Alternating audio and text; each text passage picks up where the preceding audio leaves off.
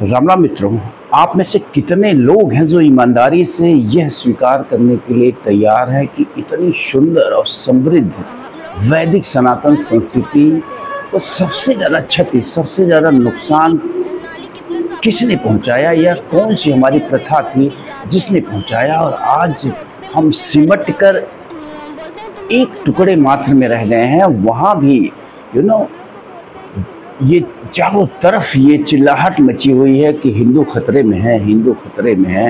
यानी जो आबादी 80 लाख 100 करोड़ है वो आबादी खतरे में है, उस आबादी से जो 20 से 25 करोड़ है। तो आखिर क्या वजह रही है, क्या कारण रहा है? आखिर हम क्यों उस सच को नहीं स्वीकार करते हैं कि इसका जो सबसे बड़ा कारण रहा है वो हमारे बीच का जो जातिवाद है। ये जो जातिवाद है इसने हमें बांट रखा है, और इस बंटवारे के चलते ही देश लगातार जो आक्रांताओं द्वारा पीड़ित होता रहा, गुलाम रहा, सदियों सदियों तक गुलाम रहा। फिर भी हम उस जातिवाद पे बोलने के लिए तैयार नहीं हैं। हम उस बीमारी को जड़ से ख़त्म करने के लिए तैयार नहीं है। इस समय एक राजनीतिक नारा चल रहा है कि बटोगे तो कटोगे। अरे क्यों नहीं बटेंगे? जो कारण बटने का है उस पर क्यों नहीं बात करते हैं कि हम इसे ख़त्म करेंगे और नहीं बटेंगे? ये वीडियो देखिए, जौनपुर की वीडियो है, कहीं दूर की नहीं है। हम लोगों को सर बार बार चमार करते हैं, रोज बोलते हैं जैसे नाली कितने साफ कर लो, नाली साफ नहीं होती उसे तुम लोगों की जात है। बोलते हैं कि मारूंगा तो उगते मुझते घरे जाओगे। बोलते हैं तुम लोगों के ऊपर थूकना चाहिए। आंचल जायसवाल हम लोग को बोलते हैं कि तुम लोग कभी नहीं सुधरोगे, नहीं तो तुम्हारी कभी जात सुधरेगी, नाली की कीड़े जैसी तुम्हारी जात है चमरोटी, ऐसे ऐसे बोलते हैं हम लोगों को। सभा सर जी बोलते हैं कि तुम लोग चमार की जात हो, कुत्ती हो, कुत्ता हो, पागल हो। मिले थी डंडा हाथ में लेकर चमार बोल रहे थे, नीचपा ना बोल रहे। औरतों का बहिष्कार करे थे वहाँ पे, तुम लोग यहाँ से जाओ, तुम लोग को कोई काम नहीं। मतलब बच्चों को मारकर भगाए, चिन्हरी बुजरी का गाड़ी इधर माताजी बन का घर, क्या स्कूल में क्या नौटंकी चल रहा है यहाँ पे? बोलने लगे भाग भाग रंडी भाग, ऐसे ऐसे उल्टा सीधा गाड़ी देके हटा देनी है। कुसुम बोलनी है, कमरौटी बनाई हो और जे आई घर का गार्जियन। आज भी ऐसी सोच वाले कीड़े मकोड़े, मैंने कहता हूँ, मैंने दीमक कहता हूँ समाज का, कि पूरे भारत की इतनी समृद्ध संस्कृति को चाट गए, फिर भी ये अभी भी समाज में पड़े हुए हैं।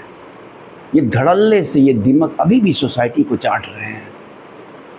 अभी इतने विशाल भूखंड से सिकुड़ कर एकमात्र खंड में रह गए हिंदू, और हिंदुओं का जातिवाद, और वो जातिवादी सोच वाले जो ये समझते हैं कि ईश्वर ने उन्हें किसी विशिष्ट तत्व से बनाया है और वो जन्म से श्रेष्ठ है।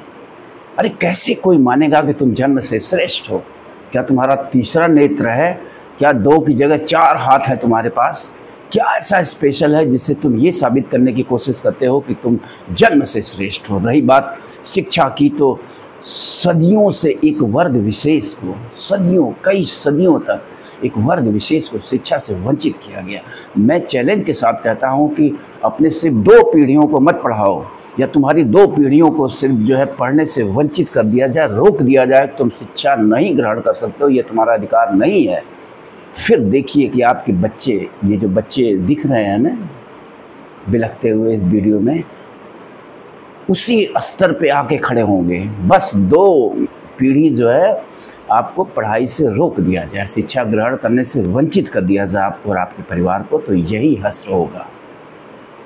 तो ये अहंकार छोड़िए। सदियों तक, कई सदियों तक, 10,000 साल तक आपने एक वर्ग विशेष को पढ़ने नहीं दिया, शिक्षित नहीं होने दिया, और फिर आप ये कहते हैं कि ये जन्म से नीच हैं, ये जन्म से कमज़ोर हैं।